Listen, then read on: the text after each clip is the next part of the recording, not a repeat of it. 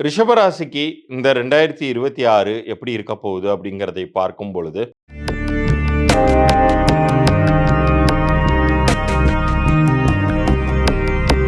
ரகசிய உண்மைகள் நேயர்களுக்கு சதீஷ் ராவின் வணக்கங்கள். இது ரொம்ப அடுத்த ஒரு 6 மாதங்களுக்கான உங்களுக்கான ஒரு முக்கிய பதிவாக இருக்க போகுது. உங்க லைஃபே இப்போ ஒரு டிரான்சிஷனை நோக்கி போயிட்டு இருக்கு. அது படுகுழியிலிருந்து ஏற்றத்தை நோக்கி இருக்கலாம். அல்லது ஏற்றத்திலிருந்து எந்தெந்த இடங்கள்ல நீங்க ஜாக்கிரதையா இருக்கணும் அப்படிங்கிறதாக இருக்கலாம். அத பத்தி தான் இந்த பகுதியில நம்ம பேசப் போறோம். ஏன்னா, உங்களுக்கு இப்ப அடுத்து 2026 புத்தாண்டை நம்ம நெருங்கிக் கொண்டிருக்கக்கூடிய இந்த காலகட்டத்தில, இப்ப சொச்சம் இருக்கக்கூடிய நாட்கள், புத்தாண்டு பிறந்ததற்கு பிறகு இருக்கக்கூடிய அந்த முதல் 3 மாதங்கள் எப்படி இருக்கும் அப்படிங்கிற ஒரு ஐடியா உங்களுக்கு இதுல கிடைச்சிரும். இதுல குரு அ ஏற்கனவே அதிசாரமாகி, இப்போ ஒரு பலன் தந்துகிட்டு இருக்காரு. சனி வக்ரம் அடைஞ்சு, வக்ர நிவர்த்தி அடைஞ்சிருக்காரு. இது 2026ல என்ன மாதிரியான ஒரு பேட்டர்ன உருவாக்கப் போகுது அப்படிங்கிறத பத்தியெல்லாம் தெளிவாக இந்த பகுதியில புரிந்து கொள்ளப் போகிறீர்கள். இதுல என்ன விதமான நல்ல பலன்களை நீங்கள் எதிர்பார்க்கலாம்? எதுல கவனமாக இருக்கணும்ங்கிறத பத்தியெல்லாம் நான் சொல்லப் போறேன். வாழ்நாள் முழுமைக்குமே நீங்க நல்லா இருக்கணும். உங்களுடைய லைஃப் சக்சஸ்ஃபுல்லா இருக்கணும் அப்படின்னா என்ன பண்ணணும்? அப்படிங்கிறதுக்கான ஒரு சில குறிப்புகளையும் நான் இந்த பகுதியின் இறுதியில சொல்லப் போறேன். முக்கியமாக நம்ம நேயர்களுக்காக சொல்றேன். இலவச எண்கணித பலன்கள் நான் உங்களுக்கு தருவதாக இருக்கிறேன். எண்கணித பலன்கள் அப்படின்னா நியூமராலஜி. ஸோ உங்களுடைய லைஃப் லாங்குக்கும் இந்த கிரகநிலைகள் எப்படி இருந்தாலும் எனக்கு சக்ஸஸ்ஃபுல்லா இருக்கணும் சார் லைஃப் அப்படின்னு நீங்க கேட்டீங்கன்னா, அதற்கு என்ன செய்யணும் அப்படிங்கிறத பத்தி இந்த பகுதியின் இறுதியில சொல்லப் போறேன். அது பொது பலன்களே. உங்க பிறந்த தேதிக்கும், உங்க கூட்டு எண்ணிற்கும் பெயர் சரியாக அமைஞ்சிருக்கா? உங்க பிறந்த தேதிக்கும், கூட்டு எண்ணிற்கும் வியாபார பெயர் சரியா அமைஞ்சிருக்கா? அப்படி அமையலன்னா என்ன செய்தால் உங்க லைஃப் மேன்மை அடையும்?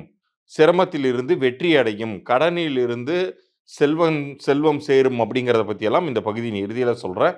வாங்க இப்ப பகுதிக்குள்ளார போலாம். ரிஷபராசிக்கு இந்த 2026 எப்படி இருக்க போகுது அப்படிங்கிறதை பார்க்கும் பொழுது, குருவின் அதிசார நிலை அப்படிங்கிறது அக்டோபர் 18 துவங்குனுச்சு. டிசம்பர் 5 வரைக்குமே குரு உங்களுக்கு 3ஆம் வீட்டில் நிற்கிறார். முயற்சி ஸ்தானத்தில் நிற்கிறார். உங்களுடைய முயற்சிகளுக்கு ஏற்ற வெற்றி அப்படிங்கிறது உறுதியாக தருவார். ஏன்னா, குரு அடிப்படையிலேயே முழு சுபகிரகம். ஒரு மனிதனுக்கு நல்லது மட்டுமே செய்விக்கக்கூடிய ஒரு அற்புதமான கிரகம். அவர் 3ஆம் வீட்டிற்கு வரும்போது எப்படி கெடுதல் பண்ணுவார்? நிச்சயமா அவர் நல்லது தான் பண்ணுவார். அதே மாரி உங்களுடைய அ கிரக நிலைகளை பொறுத்த அளவுக்கு சனியின் பிளேஸ்மென்ட் அப்படிங்கிறது 11ஆம் வீடு லாபஸ்தானத்தில் தற்போது வக்ர நிவர்த்தி பெற்ற சனியாக அவர் இருக்கார். ஸோ சனி உங்களுக்கு அடிப்படையிலேயே திக் ஃப்ரெண்ட் சுக்கிரன் இல்லையா? சுக்கிரனும், சனியும் அப்படிங்கிறது அவ்ளோ திக்கஸ்ட் ஃப்ரெண்ட். ஸோ உங்களுக்கு அவரு ஏற்றம் மிகுந்த பலன்களையே தரப்போகிறார். லாபங்களை பெருக்கப் போகிறார். இதே பேட்டர்ன் தான் சனி டிசம்பர் முடிந்து ஜனவரி மாசம் 2026லிருந்து கன்டின்யூ பண்ண போறார். இப்போ குரு என்ன பண்ணுவாரு அப்படின்னு சொல்லி பார்த்தீங்கன்னா, குரு இந்த அதிச்சாரத்துக்கு வந்தார் இல்லையா? மறுபடியும் நகர்ந்து அவர் 2ஆம் வீட்டுக்கு போயிட்டு மறுபடியும் 3ஆம் வீட்டிற்கு அவர் 2026ல் வருவார். ஏப்ரலுக்கு பிறகு அதற்கான பலன்களை குருவின் முற்பலன்களாகவே நீங்கள் சந்திக்க போகிறீர்கள் அப்படின்னு சொல்லலாம். குருவுடைய பொசிஷன் அப்படிங்கிறது எந்த அளவுக்கு நீங்க உழைப்பை தருகிறீர்களோ அந்த அளவுக்கு வெற்றியை தரக்கூடியதாக இருக்கும். சனியின் பொசிஷன் அப்படிங்கிறது உங்களுக்கு காசு பணத்தை தருவதாக இருக்கும். நீங்கள் செய்ய வேண்டியது என்னன்னா, உங்களுக்கு இப்ப காசு பணம் வருவது எதற்காக நினைக்கிறீங்க? நெறைய பேர் இந்த பகுதிய பார்த்துக்கிட்டு இருக்கிறவங்க நினைக்கலாம். எனக்கு அப்படி ஒண்ணும் பெருசா லாபங்கள் இல்லையே என் லைஃப்ல. நான் சிரமத்தில தானே இருக்கேன் அப்படின்னு நினைக்கலாம். இந்த காலகட்டத்தில உங்களுக்கு வரக்கூடிய வருமானத்தை நீங்க அதிகப்படியாக வட்டிக்கு வெளியில வாங்கியிருந்தீங்கன்னா, அத அடைப்பதற்கு பயன்படுத்திக் கொள்ளுங்கள்.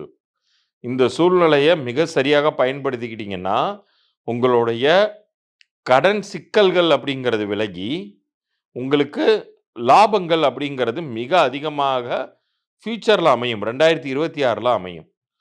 அதாவது உங்களுக்கு எப்பல்லாம் ரொம்ப ஒவ்வொரு மாசமும் பட்ஜெட்ல துண்டு விழுவுது. அ எந்த ஹெல்ப்புமே கிடைக்கல. நான் அடுத்தவங்களுக்கு ஓடி ஓடி போய் பண்ணேன். இன்னைக்கு எனக்கு செய்வதற்கு ஆள் இல்ல அப்படின்னு புலம்பிட்டு இருந்தீங்க இல்லையா? அந்த நிலையெல்லாம் மாறி, யாருடைய உதவியும் எதிர்பார்க்காத ஒரு நல்ல நிலையை நோக்கி நீங்க போக போறீங்க அப்படின்னு எடுத்துக்கணும். இவ்வளோ நாள் எனக்கு அதெல்லாம் நடக்கல சார் அப்படின்னு நீங்க புலம்புவது கேட்கிறது. ஆனா, இப்ப நீங்க இந்த சூழ்நிலைய பயன்படுத்திக்கிட்டு கொண்டீர்கள் என்றால், உங்களுக்கு நிச்சயம் நல்ல பலன்களே வாய்க்கும் அப்படிங்கிறத உறுதியாக நீங்கள் நம்பலாம். ஏன்னா சனியுடைய பொசிஷனும் சரி, வக்ரம் நிவர்த்தி பெற்ற சனி மிக குறிப்பாக சொல்லணும். ஏன்னா வக்ர நிலையில ஒரு கிரகம் இருக்கும்பொழுது மாறுபாடான பலன்களை உங்களுக்கு குடுத்திருக்கும். ஆனா, இப்போ இது வந்து மறுபடியும் இயல்பு நிலைக்கு வந்துட்டாரு. நல்ல பலன்களை உங்களுக்கு கொடுக்கப் போகிறார். குருவுடைய முயற்சி ஸ்தான பொசிஷனுமே உங்களுடைய முயற்சிகளுக்கு வெற்றி தரப்போகிறார். இப்ப இவ்வளோ நேரம் நீங்கள் கேட்ட இந்த பலன்கள் உங்களுடைய அடுத்து வரக்கூடிய 6 மாதங்கள் வரைக்கும் உங்க லைஃப் எப்படி போகப் போகுதுங்கிற ஒரு பேட்டர்ன காமிச்சுச்சு இல்லையா? இது தவிர உங்களோட லைஃப் லாங்குக்குமே எனக்கு சிரமங்கள் இருக்கக்கூடாது சார். கடன்கள் இருக்கக்கூடாது.